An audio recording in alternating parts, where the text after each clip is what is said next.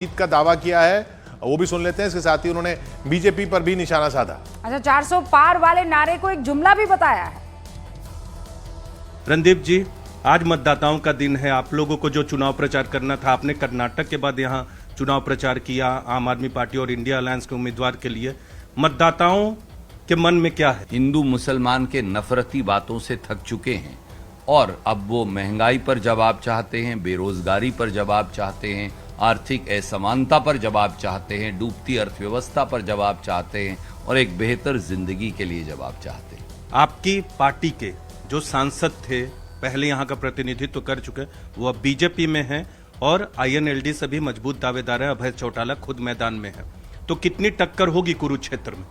देखिए, कुरुक्षेत्र धर्म का क्षेत्र है और धर्म का मतलब होता है नीति, नीति का मतलब होता है सच्चाई और न्याय। न्याय की ये लड़ाई कांग्रेस ने लड़ी है, इसीलिए 5 न्याय 25 गारंटियां लेकर कांग्रेस आई है। हमें ये विश्वास है कि ये लड़ाई व्यक्तियों से बड़ी मुद्दों की है और मुद्दों में धर्म और नीति और न्याय की है और न्याय जीतेगा। मुद्दे गौण नहीं हो सकते, न्याय गौण नहीं हो सकता। व्यक्ति इधर से उधर जा सकता है पर लोग सच्चाई समझते हैं। ये तो हो गई हरियाणा की बात। अगर देश की बात करें, 400 पार प्रधानमंत्री ने नारा दिया और प्रधानमंत्री खुद कह भी रहे हैं कि उस झांसे में विपक्ष आ गया, 400 की बात करने लगा। कांग्रेस पार्टी और इंडिया अलायंस को कितने नंबर आएंगे? आप तो तमाम चीजें कांग्रेस के अंदर देख चुके हैं, आप मौजूदा में महासचिव हैं, मीडिया विभाग का नेतृत्व कर चुके हैं। आकलन क्या है, देश में इंडिया अलायंस को और कांग्रेस को कितने नंबर आएंगे?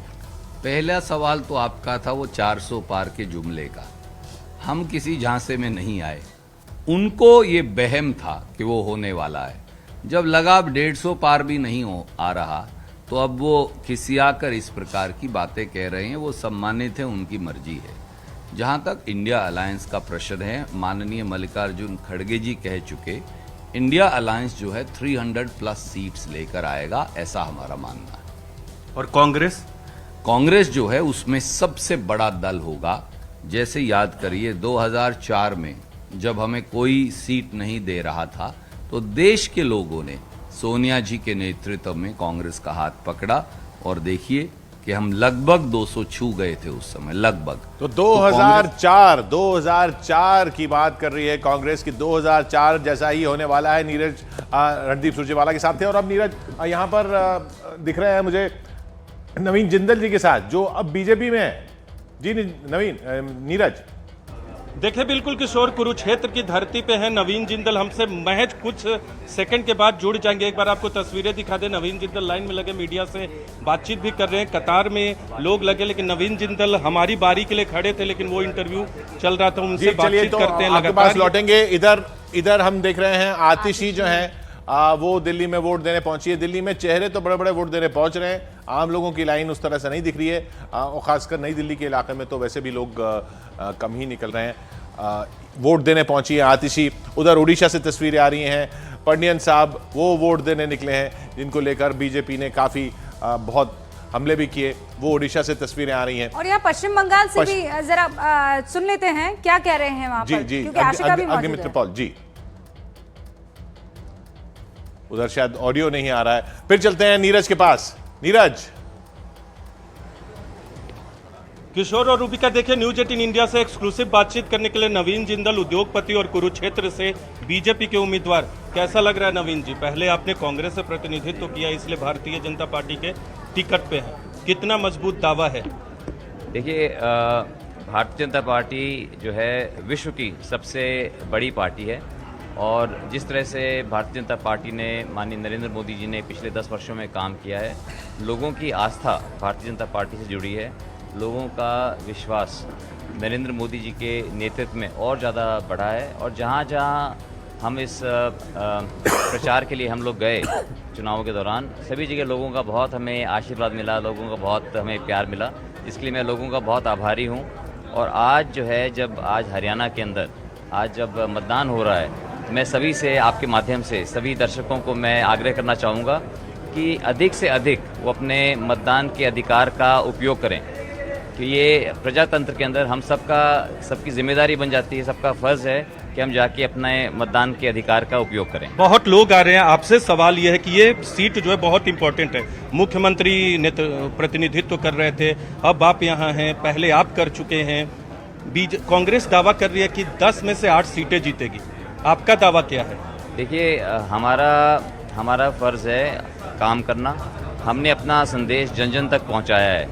उसके बाद जो है फल की इच्छा जो है, अब व्यक्ति को यहाँ इस धरती से, कुरुक्षेत्र धर्मभूमि कुरुक्षेत्र से भगवान श्री कृष्ण ने यही उपदेश दिया था कि हमें अपने कर्म करने का अधिकार, हम अपना कर्म करें और फल जो है हम ईश्वर के ऊपर छोड़ें।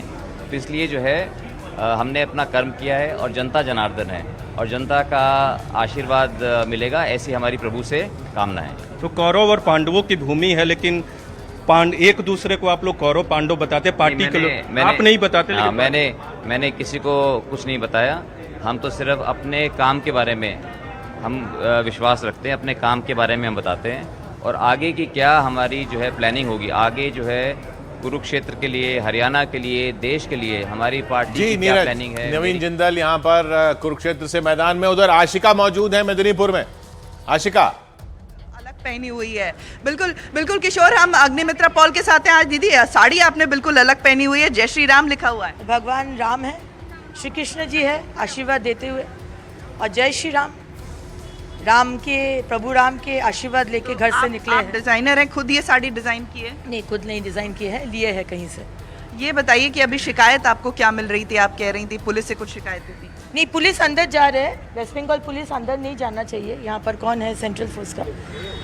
वेस्ट बंगाल पुलिस का अंदर जाने का एकदम ही अलाउड नहीं है, लेकिन वो लोग अंदर जा रहे हैं। और खड़गपुर टाउन आईसी से अभी आदमी आया था, पुलिस ऑफिसर, आके मेरे कार्यकर्ता को धमका रहे कि अभी टाउन आईसी बुलाया है, नहीं जाओगे तो उठा के लेकर जाएगा। तो यही ममता बनर्जी का पुलिस आज मेदिनीपुर में लास्ट 1 वीक से यही कर रहे हैं, धमका रहे, जाके उठा के लेकर आ रहे। पोलिंग एजेंट को भी कल रात को उठा के लेकर आए। क्या कहेंगी पुलिस से? पुलिस से कोई उम्मीद नहीं है, ये लड़ाई हमारा है, हम लड़ लेंगे ये लड़ाई और हम जीत रहे। 4 तारीख के बाद आप कुछ कह रही थी? 4 तारीख के बाद खेला होबे, ममता बनर्जी का ही डायलॉग बोल रहे, खेला होबे, उन्नयन का खेला होगा। मेदिनीपुर वासी जो हंस रहे, जो उम्मीद से बड़ा हुआ है कि आशा का उम्मीद से, वो उम्मीद पूरा होगा। आप कुछ देर पहले कह रही थी कि पुलिस वालों को 4 तारीख के बाद में हाँ जी, ये जो पुलिस वाला है, जो धृतिमान सरकार जो था एसपी, उसको हटा दिए हम लोग, लेकिन उनका जो चेला चामुंडा लोग है, केशियारी, कोतवाली, हमारे दांतोन, नारायणगढ़, ये सब जो आईसी है, इन लोग का ठिकाना लगाना है ना, सबक सिखाना तो है। ये लोग सोच रहे हैं कि इन लोग चाटुकारिता करके, टीएमसी का चाटुकारी का तोशामुदी करके इलेक्शन करवा लेंगे, ऐसा नहीं चलेगा। सांसद बन के आएंगे 4 तारीख, उसके बाद इन लोग का व्यवस्था होगा। पॉल, भारतीय जनता पार्टी की व्यवस्था को लेकर, पुलिस को लेकर, ममता बनर्जी को लेकर तमाम तरीके के यहाँ आरोप लगाती हूँ। सांसद बन के आऊंगी तो इस पुलिस की व्यवस्था करूंगी, और जो पहले एक पुलिस वाले को हमने हटा दिया है, तो ये इस वक्त अग्निमित्रा पॉल पूरे अपने तेवरों में। हमारे साथ स्टूडियोज में मेहमान भी जुड़ चुके हैं, जैसे हमने बात की, विवेक श्रीवास्तव जी और सतीश सिंह साहब। सतीश जी, अब ये जो माहौल दिख रहा है आपको, खासकर दिल्ली में तो वोटरों की लाइन उतनी नहीं दिख रही है, लेकिन हरियाणा में जिस तरह से लोग निकल के आ रहे हैं, ये क्या संकेत दिख रहा है आपको इससे? देखिए, मुझे क्या लगता है, जो पूरा है चरण, तो इसमें दिल्ली में क्लोज कॉन्टेस्ट दिखता है। हरियाणा में मुझे लगता है भारतीय जनता पार्टी के लिए बड़ी चुनौती है। उत्तर प्रदेश के समाजवादी प्रभाव वाले क्षेत्र में भी चुनौती है। बिहार में मुझे लगता है एनडीए को एडवांटेज है। उड़ीसा में जो भी जीते, मैं समझता हूँ वो एनडीए का ही एक जीत होगा, क्योंकि एनडीए एक्सटेंशन में मेरा मानना है कि बीजेडी भी है। और बंगाल में तरह तरह के दावे हो रहे हैं। एक दावा होता है कि भाजपा बढ़ेगी, एक दावा ये हो रहा है कि इस बार घट के 8 सीट घट जाएगी। तो अब बाकी जमीन पर वहाँ क्या है ये नहीं कह सकते। यानी क्रिटिकल जो सीटें हैं वो बंगाल की सीटें सबसे इस पूरे उसमें। ये देखिए, क्रिटिकल एक सीट है। जिस प्रकार से प्रधानमंत्री जी ने 50 के लगभग इंटरव्यू दे दिए, और प्रधानमंत्री जी हर 2 दिन 1 दिन पे बिहार जा रहे हैं, चाहे बंगाल हो आए हैं, और इंडिया के लीडर्स, INDIA के लीडर्स बहुत सारे बिहार गए ही नहीं है। आप देखिए, तो बहुत स्ट्रेटेजिक फाइट है, एक सीट टू सीट है। जिसने ज्यादा अपना वोटिंग करा लिया उसका है। अब ये भी तो देखने लायक चीज है कि वो बुरके वाले वोट कितने आते हैं दिल्ली में, ये भी तो एक विवाद बढ़ रहा है। विवेक भी तो हमारे मतलब साथ आप यहाँ पर समझिए है। कि ओके, हर सतीश जी, जगह क्लोज। एक सेकंड बस ओपनिंग रिमार्क ले लेती हूँ, फिर उसके बाद मैं आपको थोड़ा और डिटेल में अपनी बात रखने का मौका दूंगी। लेकिन विवेक जी, जैसा आप कह रहे हैं कि बंगाल जो है, या फिर आप उसे छोड़ दीजिए, एक एक सीट बड़ी इंपॉर्टेंट है। बीजेपी ये कह रही है कि हमारा जो 50% वाला वो मसला था ना, उसको हमें अब थोड़ा और शूट करना है, और जैसे ही किया वो फिर मामला जो है 320 पार होगा। नहीं, देखिए, ये तो उनका अपना एक एनालिसिस है, दे आर फ्री टू से and decide what ever they want. लेकिन जैसा कि सतीश जी कह रहे थे कि हर राज्य की कंडीशंस बड़ी डिफरेंट हैं। इन्होंने हरियाणा का भी मेंशन करा। हरियाणा के अंदर खट्टर साहब is no longer the chief minister. JJP अब जो है वो उनके साथ एक टाई अप में है नहीं। फार्मर्स का एक बहुत बड़ा इशू है, तो एक बहुत बड़ा स्ट्रॉन्ग फैक्टर हरियाणा के अंदर निकल करके आ रहा है। उत्तर प्रदेश के अंदर कुछ सीटें हैं जिसपे अब बहुत बड़ा चैलेंज है। डुमरियागंज की सीट ले लीजिए आप। जगदम्बिका पाल पुराने नेता रहे हैं, और पहले कांग्रेस में थे, फिर भाजपा की तरफ से हैं, लेकिन इस बार हरिशंकर तिवारी के बेटे लड़ रहे हैं उनके साथ। बड़ा स्ट्रॉन्ग कॉन्टेस्ट है। आप ले लीजिए उत्तर प्रदेश के अंदर एक और सीट श्रावस्ती की। श्रावस्ती में दद्दन मिश्रा पहले थे, उनको चेंज करा गया है। ये 3-4 सीटें ऐसी उस एरिया में पड़ती हैं जहाँ जातिगत समीकरण जो हमने देखा तो ठाकुर वर्सेस ब्राह्मण चलता है। तो हर राज्य का अपना एक समीकरण है। लेकिन पिछली बार इन सीटों पे अच्छी चुनौती दी थी विपक्ष ने, लेकिन बीएसपी और समाजवादी पार्टी साथ थे। इस बार बीएसपी अलग है, और ये पूर्वी उत्तर प्रदेश में बीएसपी का अच्छा खासा वहां पर जनाधार है।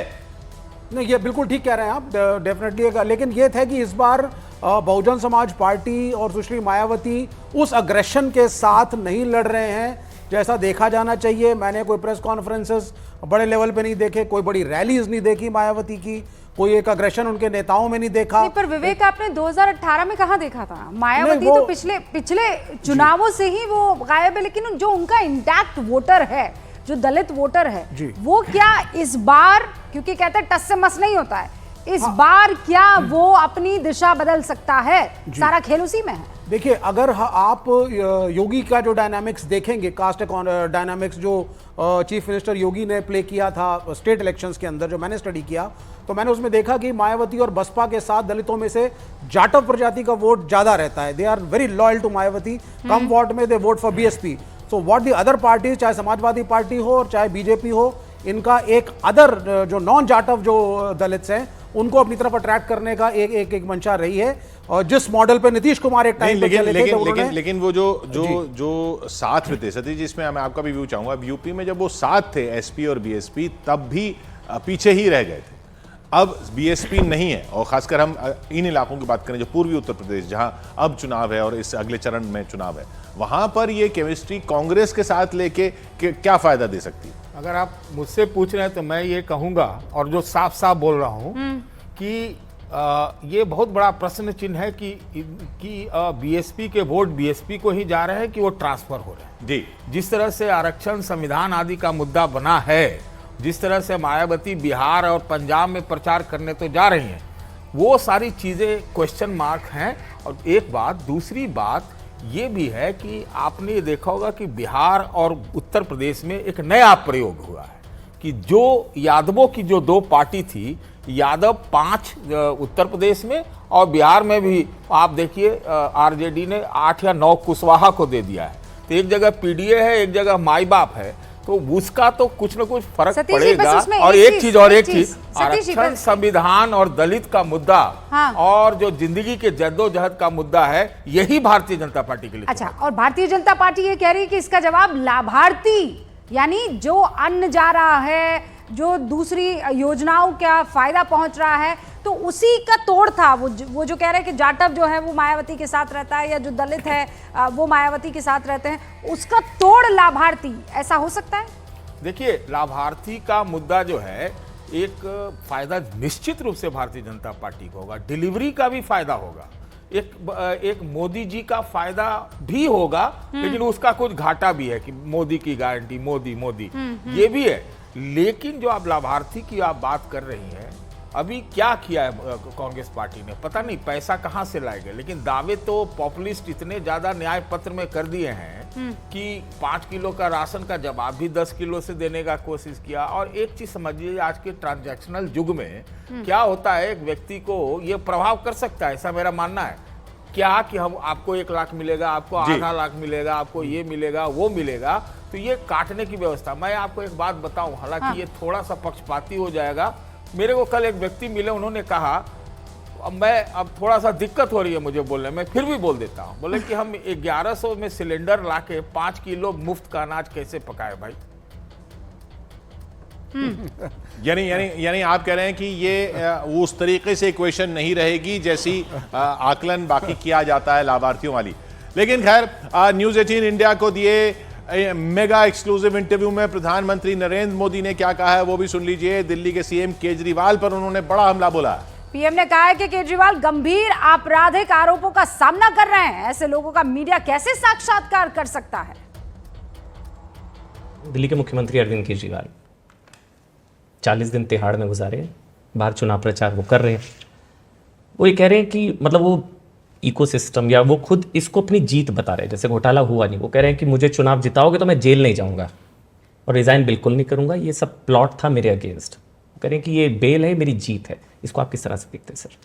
ऐसा है कि मैं व्यक्तिगत उनका जो मामला चल रहा है उस पर कोई भी टिप्पणी करूं उचित नहीं है, क्योंकि मामला कोर्ट में है। मेरी चिंता कोई व्यक्ति नहीं है,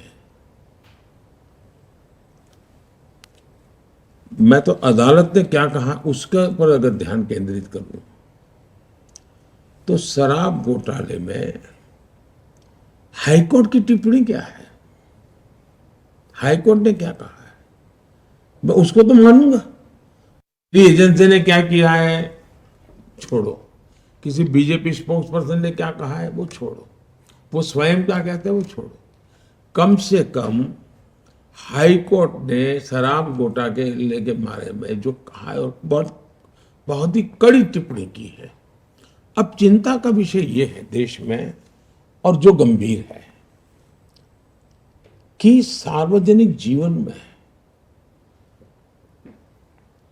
कोई जिम्मेवारी नहीं रहेगी, अपनी खुद की बातों पर भी कोई कमिटमेंट नहीं रहेगा।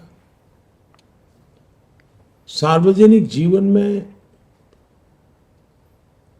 एक जमाना था, स्कूल में कोई बच्चा अगर कॉपी करता है और पकड़ा जाए तो महीने भर स्कूल नहीं आता था। उसके माँ बाप भी शर्माते थे, यार मेरा बेटा एग्जाम में कॉपी करने में पकड़ा गया था।